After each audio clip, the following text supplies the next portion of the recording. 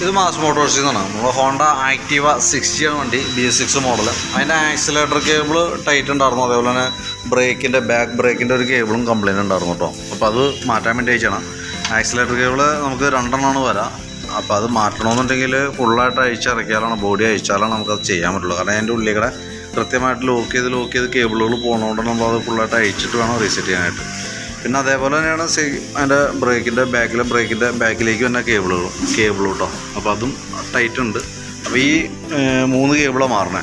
Accelerator cable 2 കേബിളും ബ്രേക്കിൻ്റെ ബാക്കിലേക്ക് വന്ന ഒരു കേബിൾ കേട്ടോ.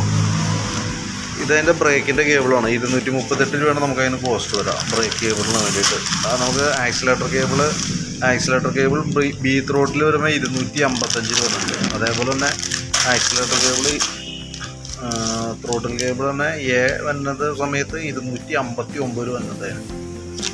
പിന്നെ നമുക്ക് അതിൻ്റെ വന്നത് ഫിറ്റിംഗ് ചാർജാണ്. നമുക്ക് അയച്ച് മാറുന്നതിൻ്റെ ലേബർ ചാർജും വരും കേട്ടോ. അപ്പോൾ ഞാൻ അതിൻ്റെ ഒരു എസ്റ്റിമേറ്റ് നോക്കിയിട്ട് അതിൻ്റെ ഡീറ്റെയിൽസ് വാട്സാപ്പിലേക്ക് ഒന്ന് സെൻഡ് ചെയ്തിട്ടേക്കാം. പിന്നെ നമുക്ക് അതിൻ്റെ ഈ ബാക്ക് സൈഡിലുണ്ടല്ലോ, അതൊന്ന് ശ്രദ്ധിച്ചോളാം. കാരണം ഈ സൈഡിൽ ഗിയർ ബോക്സിൻ്റെ സൈഡിൽ ചെറിയൊരു ലീക്കേജ് പോലെ കാണുന്നുണ്ട്. ഈ ഭാഗത്തോട്ടാണ് അത് കൂടുതലായിട്ട് വന്നിട്ടുണ്ടോ എന്നുള്ള ദിവസം നോക്കണം.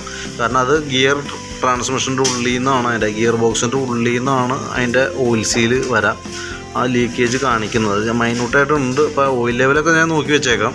ഇനി അത് കൂടുതലായിട്ട് വന്നിട്ടുണ്ടോ എന്നുള്ള ദിവസം ഈ ഭാഗത്ത് കൂടുതലായിട്ട് ചെളി പിടിച്ചിരിക്കുന്നുണ്ടെങ്കിൽ നമുക്ക് അറിയാനായിട്ട് സാധിക്കും.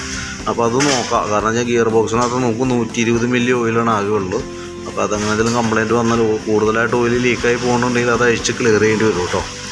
അപ്പോൾ ഞാൻ കണ്ടപ്പോൾ ജസ്റ്റ് ഇൻഫോം ചെയ്തെന്നുള്ളൊന്ന് ശ്രദ്ധിച്ചോളാം. അപ്പോൾ ഞാനിപ്പോൾ ഇതിൻ്റെ ഈ കേബിളുകൾ മാറ്റി വരുമ്പോൾ വന്ന സർവീസ് ചാർജും കേബിളുകളുടെ റേറ്റും കൂടിയിട്ട് ഒരു എസ്റ്റിമേറ്റ് വാട്സാപ്പിലേക്ക് ഒന്ന് സെൻഡ് ചെയ്തിട്ടേക്കാം. നോക്കിയിട്ടൊന്ന് റിപ്ലൈ ചെയ്തോളൂ. വണ്ടി തീർന്നപ്പോഴത്തേക്ക് എന്തെങ്കിലും കോൺടാക്ട് ചെയ്തോളൂ കേട്ടോ.